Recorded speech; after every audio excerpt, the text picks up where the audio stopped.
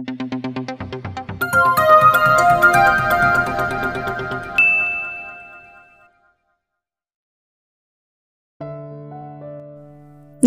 POV. Girls, give it to her daw. Natatawang utos ni Wilma sa mga kaibigan niya at nagsipagtawanan lang ang mga ito. I'm warning you, Wilma. Tell your friends to give me back my AirPods. I'm just staring at her blankly, ngunit hindi ko inaasahan ng malakas niya akong tinulak. Nawalan ako ng balanse at bumagsak ang puwet ko sa damuhan. She's so quick and I didn't expect that. Tumawa to ng malakas nang bumagsak ako sa damuhan. Such a loser! Konting tulak lang, tumba ka agad. Weakling! Nag-aapiran pa sila ng mga kaibigan niya. Come on girls, kayo naman. Sa sobrang lakas ng pagkakatulak ni Wilma, naramdaman ko ang sakit sa aking pangupo. I want to cry but I will not give the satisfaction to see my crying like a loser. I closed my eyes to regain my strength. I can't allow them to hurt me just like that. Hindi ako makakapayag na hindi ako makaganti sa kanila. They're laughing so hard and making fun of me. At alam kong kinukuhan pa nila ako ng video para ipagyabang sa ibang kagaguhan nila. Come on Nadine, look at the camera. Si Marife. Itapat mo sa mukha niyang camera. Utos ni Wilma sa kanila. See that? You're lovely Nadine Masada sa pathetic bitch. Ano ba yan? Sobrang weak. Iiyak na yan. Iiyak na yan. They chanted in chorus. Kinuyong kong aking kamaot sa isang iglap lang ay hinata kong buhok ni Wilma. Siya ang leader ng grupo kaya siya ang punteriya ko. She screamed and tried to remove my hands from her hair but I tightened my grip. Buong lakas ko siyang sinabunutan. Wala na akong pakialam kung ipatawag pa kami ng principal. I'm just defending myself. Alam ko maintindihan ako nila kuya kung sasabihin ko pinagtatanggol ko lang ang sarili ko. Hindi agad nakagalaw ang mga kaibigan ni Wilma dahil siguro hindi nila inaasahan lalaban ako. Help! She screamed pero natakot ang mga itong lumapit sa amin. Pilit niyang kinakalas ang kamay ko sa buhok niya pero hindi niya ito magawa. Mahapdi na rin ang mga braso ko dahil sa kalmot ni Wilma pero hindi ko pa rin tinatanggal ang kamay ko. Marife, help me! Sigaw ni Wilma sa kaibigan niya at tila natauhan ng mga to. Don't be coward! Help me! Hinila ni Marife ang buhok ko na sobrang lakas at pakiramdam ko matatanggal ito sa anit ko. Ang dalawa pa niyang kaibigan na hinawakan ako sa magkabilang braso. Nagpupumiglas ako pero wala akong magawa dahil tatlo silang pumipigil sa akin. Nabitawan kong buhok ni Wilma at agad itong bumawi sa akin. Isang malakas na sampal ang dumapos sa aking pisngi na halos ikabingi ko na. Hindi pa ito nakontento. Sinabunutan niya pa ako at kulang na lang inungod-ngod niya ang mukha ko sa damuhan. Gusto ko umiyak pero walang luhang lumabas sa mga mata ko. Gusto kong gumanti kay Wilma. Galit na galit ako sa kanya pero hindi ko magawa dahil pinagkakaisahan nila ako. Wala akong laban sa kanilang lima. Nagngit-ngit ang kalooban ko. How dare them hurt me? Wala silang karapatang pagbuhatan ako ng kamay. I tried to reach her hand pero sa tuwing inaangat kong kamay ko, may pumipigil din dito. Nananakit ng buong katawan ko at halos sumalik na ako sa lupa sa tindi ng pagkakasabunot nila sa akin. I want to cry for help pero walang lumalabas na boses mula sa akin. Pakiramdam ko, nangihinang katawan ko sa sobrang lakas nilang lima. How could I escape them? Kahit na nanghihina yung katawan ko, pumipiglas pa rin ako sa kanila. Halos mabalian na ako sa sobrang pagpipigil nila sa akin. Ano, lalaban ka pa ha? Yan ang nararapat sa'yo. Mga agaw ka. Akala mo hindi ko malalaman ha? Madami pang sinisigaw si Wilma sa akin pero hindi ko na naintindihan ng mga to. Ang gusto ko lang ngayon ay makatakas sa kanila. Wala akong laban. Hindi ko sila kayang lima. Let her go! A baritone voice stopped them. Isa-isa nila akong binitawan at nag-uunahan ng mga itong tumakbo. Tara, iwan niyo na yan. Patay tayo Wilma, may nakakita sa atin. Gaga, huwag ka magdrama dyan. Tara na! Nanginginig ang buong katawan ko tila naubusan na ako ng lakas. Sinubukan kong tumayo pero nanghina mga tuhod ko kaya napaluhod ako. I tried to reach for my scalp dahil pakiramdam ko namamanid to. Pati mga kamay ko'y nanginginig din at halos hindi ko maiangat. Are you okay, miss? I don't know if he's concerned or not pero feeling ko napipilitan lang itong tanungin ako. Hindi ko magawang iangat ang ulo ko dahil pakaramdam ko Umiikot ang paligid. Nanlalabo na rin ang paningin ko at namimigat ng aking mga talukap. I can't even utter a word to answer him. Sa palagay niya ba okay ako sa kalagayan kong ito? This is the problem with you ladies. Hahanap-hanap kayo ng gulo tapos hindi niyo naman pala kayang lusutan. Mahinang sad nito pero dinig na dinig ko. Gusto ko ipagtanggol ang aking sarili pero para saan pa? He already judged me. Kita niya naman akong dihado pero bakit parang kasalanan ko pa? Aren't you gonna answer me? Iritadong tanong nito nang hindi ako sumagot sa kanya.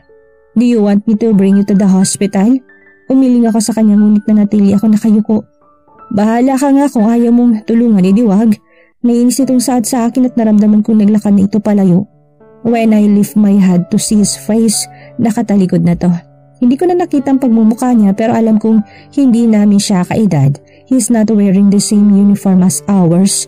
I tried to stand up pero hindi ko na kinaya at bigla na lang umikot ang paningin ko. The next thing I heard is a man's panicking voice. Bakit ba kasi tigas na ulo mo? Hindi ko na kayang idilat ang mga mata ko hanggang sa naramdaman ko na lang na umaangat na ako sa ere. You're so heavy, you know? Iritadong saad nito. Yun ang huling narinig ko mula sa kanya. Ilang linggo nang nakalipas pero naiinis pa rin ako sa tuwing naalala kong ginawa ni na Wilma pati ng mga kaibigan niya sa akin. Gusto kong gumanti sa kanila. Feeling ko hindi ako magkakaroon ng peace of mind kung hindi ko maiganti ang sarili ko. Pero bili ni Kuya, wag na daw ako maghanap ng gulat, sila lang dalawa ng bahala ni Kuya Roland ang babawi para sa akin. But I doubt. My brothers are strict but I think they're not freak like me. Ako lang ata medyo matigas ang ulo sa aming tatlo.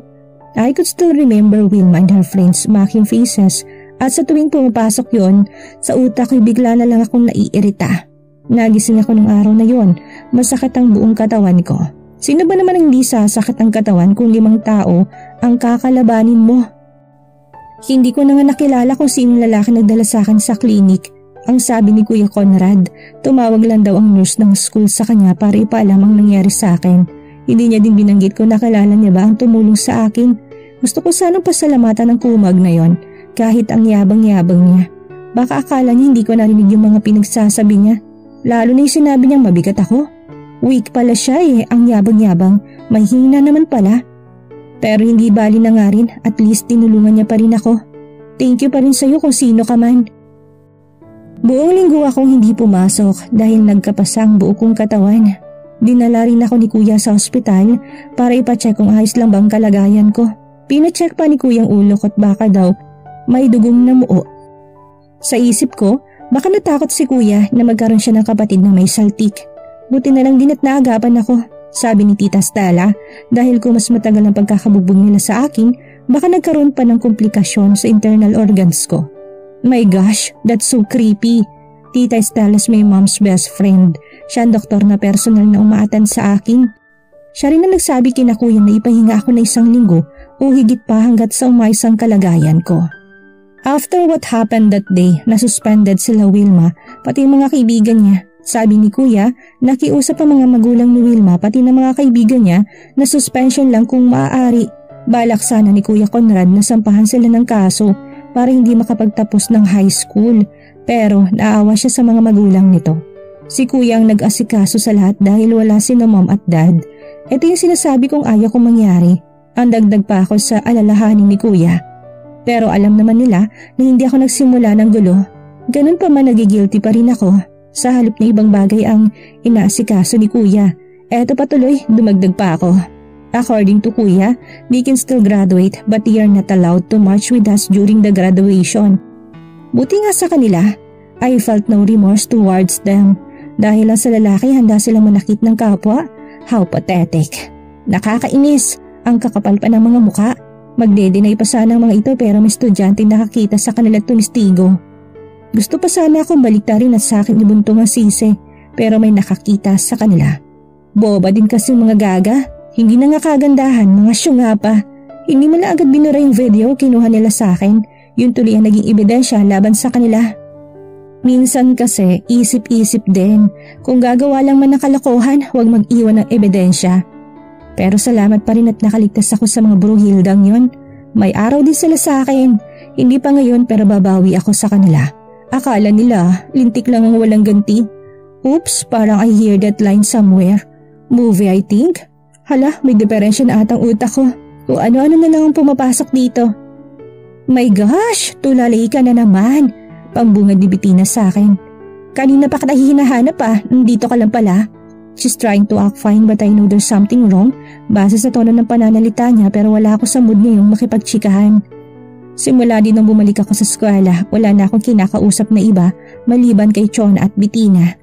I don't want to be associated with anybody else. Ayoko makipagkaibigan kung kanin-kanino lang. Shut up, Bettina. I want peace. Bored kong sagot sa kanya. Pati sina Bettina walang ligtas sa kamalditahan ko. Minsan nakokonsensya din ako kaya bumabawi din ako sa kanila. May mga pagkakataon lang talagang tinutuyo yung utak ko. Just like today, kaninang umaga pa mainit ang aking ulo. Sino ba naman kasing matutuwa kung maabutan mong pinagchichismisan ka ng mga kaklase mo? Kesyo nagbago na daw ako, sobrang maldita ako na raw at kung ano-ano pa. Like hello, dati na kaya akong ganito, nilevel up ko lang ngayon. Why are you here? Bawi ko na mapansin kong naiiyak to. I want to roll my eyes to her. So sensitive, parang di sanay sa ugali ko. Dati naman ako maldita, mas lumala lang ngayon. OA lang talaga minsan itong si Bettina. Huwag ka nga magdrama dyan, Bettina, hindi bagay sa'yo. Dagdag ko pa pero hindi ko inasahan na bigla itong humikbi o nasobrahan nata ako. Hey, it's just a joke. Ano ka ba? Sorry na. Eto naman parang hindi ka na nasanay sa akin. Pang-alo ko pero patuloy pa rin ito sa paghikbi. At kapag ganito to, I know it's not about how I treated her. May umawi na naman dito. Seryoso kong tanong sa kanya pero umiling lang ito. She's like that? Ayaw nitong sabihin sa akin kapag may nangaaway sa kanya. Bettina is always misunderstood. Akala kasi nila playgirl to. She's friendly to boys pero wala pa tong boyfriend. Sasabihin mo ba sa akin kung sino nang away sa'yo o hindi? Naiinis kong tanong sa kanya. Nadakong tingin ko sa kamay niya may kalmot, ngunit agad ni Bettina itong tinago sa likod niya. Who the heck did that to you, Bettina? I asked but still she's not talking. Patuloy lang ito sa pag-iyak kaya marasa kong tumayo. If you don't want to tell me, I'll find out myself. Aalis na sana ako nung bigla niya akong hiniwakan. Please Nadine, huwag na lang. Hayaan mo na, hindi naman ako nasaktan. Mahinang saad ni Bettina. Seriously, Bettina? Hindi ka nasaktan? Tell me, bakit may kalmot ka? Nairita akong tanong sa kanya. Kaya may nangaabuso dahil merong nagpapaabuso. At isa na si Bettina doon, sometimes being good is not good. Kailangan lumaban kung kinakailangan, hindi yung tatahimik na lang para walang gulo. That's not applicable to me. I'm born fighter. I know when to fight for my right. Ano, iiyak ka na lang ba dyan? I can't stop myself from raising my voice to her. Alam ko maldita ako pero never ako naging violente. Kaya nga hanggang ngayon nangingit-ngit pa rin ang kalooban ko sa ginawa nila Wilma sa akin. At eto naman ngayon, si Bettina na naman. May humahabol pa talaga eh.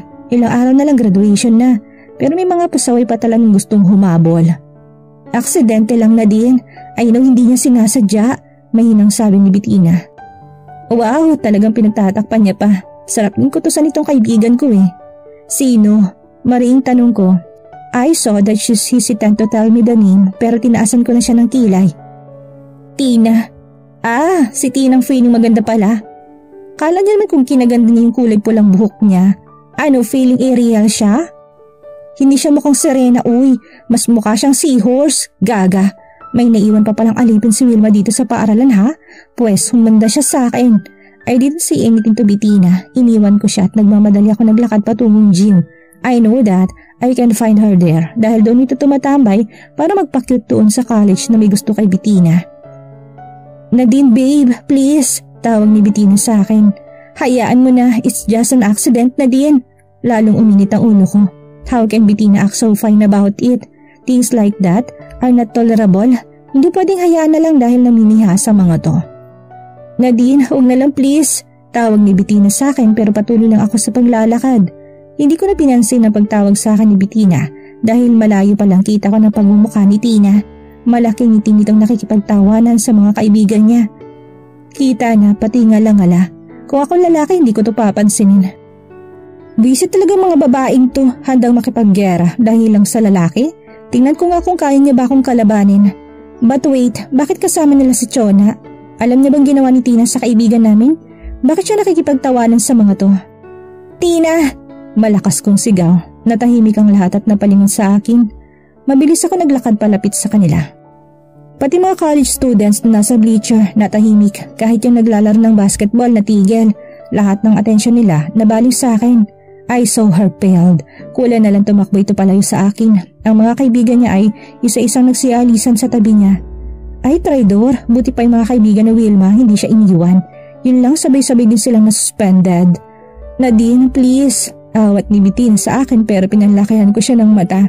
Binalik ko tingin ko kay Tina na halatang kinakabahan na pero nakita na tong nakasunod si Bettina sa akin biglang nagibang itsura niya. Anong hugot ng babaeng to? Di hamak na mas maganda naman ang kaibigan ko sa kanya. Sa totoo lang. Oo ngayon, namumutla ka. Anong ginawa mo sa kaibigan ko? Maldita kong tanong sa kanya. Nakataas pang isa kong kilay at nakakrus yung dalawang kamay ko sa aking dibdib. Why don't you ask your friend Nadine? Sagot niya sa akin trying to pretend that she's not affected pero halata namang nanginginig. Kalma girl, ako lang to. Baka maihika dyan sa palda mo. Hoy, wag mo kong nadin-nadinin ha. Hindi tayo close. Sigaw ko sa kanya't nagtawanan yung mga estudyante. Feeling close ang bruha? Juicy ako sa friends girl, wag ka. Ano problema mo Nadine? Palaban itong sagot. Ay, matapang. Kanina wala akong problema pero pagkatapos mong saktan ng kaibigan ko, nagkaroon ako bigla. Nilipat niya tingin niya kay Bettina at nakakalokong ngumisi. So, nagsumbong na pala sa'yo silang payatot?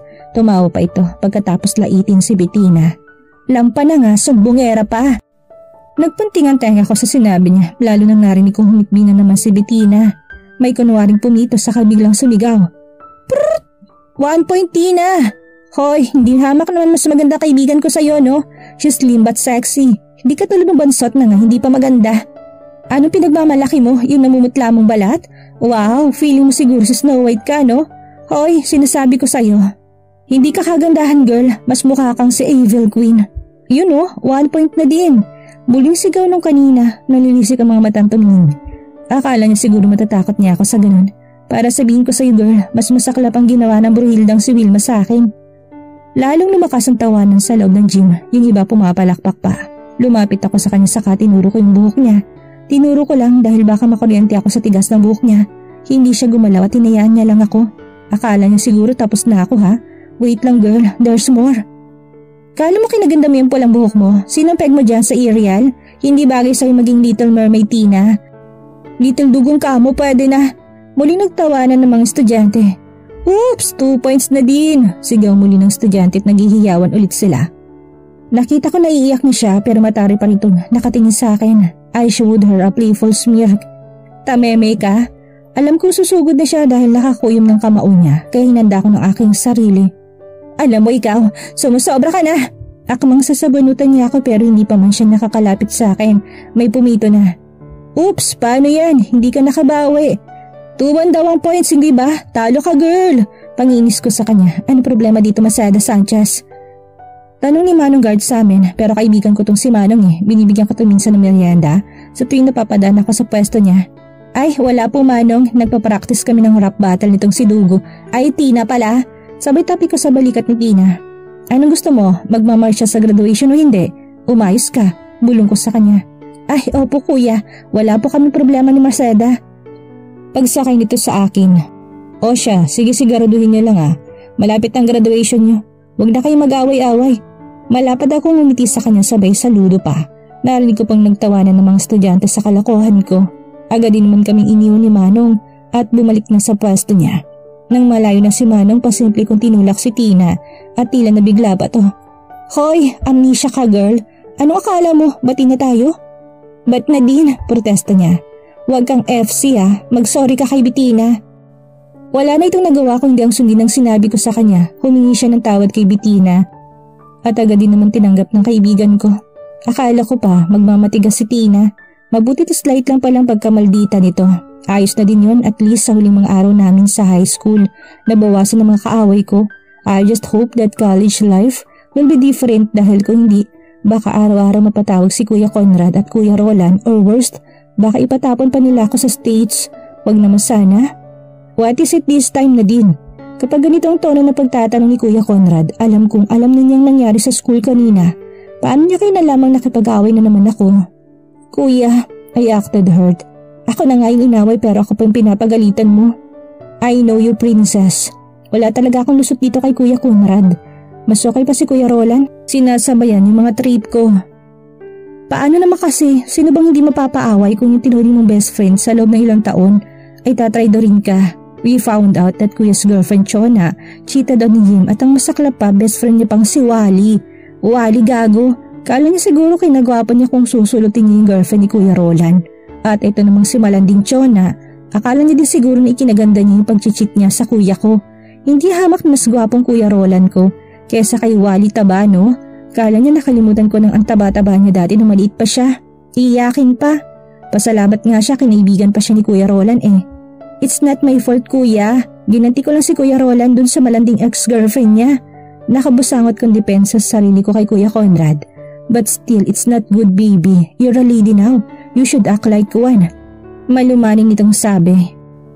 Kuya, walang lady-lady kapag ako nainis. Kulang pa nga yung ginawa ko sa babaeng yun eh. Sinayang niya lang yung pagkakaibigan namin. Sinayang niya lang yung love ni Kuya Roland sa kanya. Tingnan mo kapag nakita ko ulit ang babaeng yun, hindi lang sa bunot ang aabutin sa akin. Kakalbuhin ko pa siya. Princess, pagalit ni Kuya sa akin. It's not good to think like that. Babae ka pa naman. Basogalero ka. Sino nagturo sa'yo? Walang nagturo sa akin, kuya. Ako lang to. Ayaw ko na maging mabait, sabi ni Nadine sa kapatid. At dito na pa nagtatapos ang ikalawang kabanata ng ating kwento at sana'y muli niyo po akong samahan sa mga susunod pang kabanata. Maraming salamat po at keep safe everyone.